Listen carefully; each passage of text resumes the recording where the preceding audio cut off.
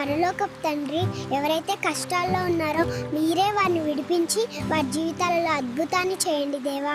ఆమేన్. దేవుడు మీతో స్వయంగా చెప్తున్నారు, మీ కష్టాలు తీరబోతున్నాయి. దేవుడు మీ జీవితాలను ఆనందంతో నింపబోతున్నారు.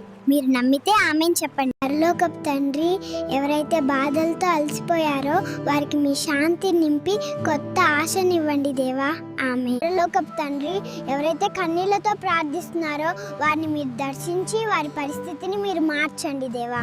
ఆమేన్. పరలోకపు తండ్రి, ఎవరైతే భయంతో ఉన్నారో వారి హృదయాల్లో ధైర్యాన్ని నింపి నిలబెట్టండి దేవా.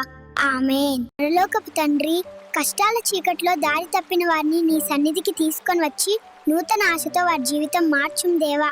పరలోకపు తండ్రి, శ్రమల వల్ల కుంగిపోయిన కుటుంబాలను నీవే బలపరిచి ఆనందంతో వారి గృహాలను నింపుం దేవా.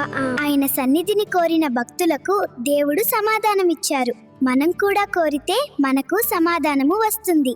ఆమె. పరలోకపు తండ్రి, శ్రమల వల్ల కుంగిపోయిన కుటుంబాలను నీవే బలపరిచి ఆనందంతో వారి గృహాలను నింపుం దేవా. పరలోకపు తండ్రి, శ్రమల వల్ల కుంగిపోయిన కుటుంబాలను నీవే బలపరిచి ఆనందంతో వారి గృహాలను నింపుం దేవా.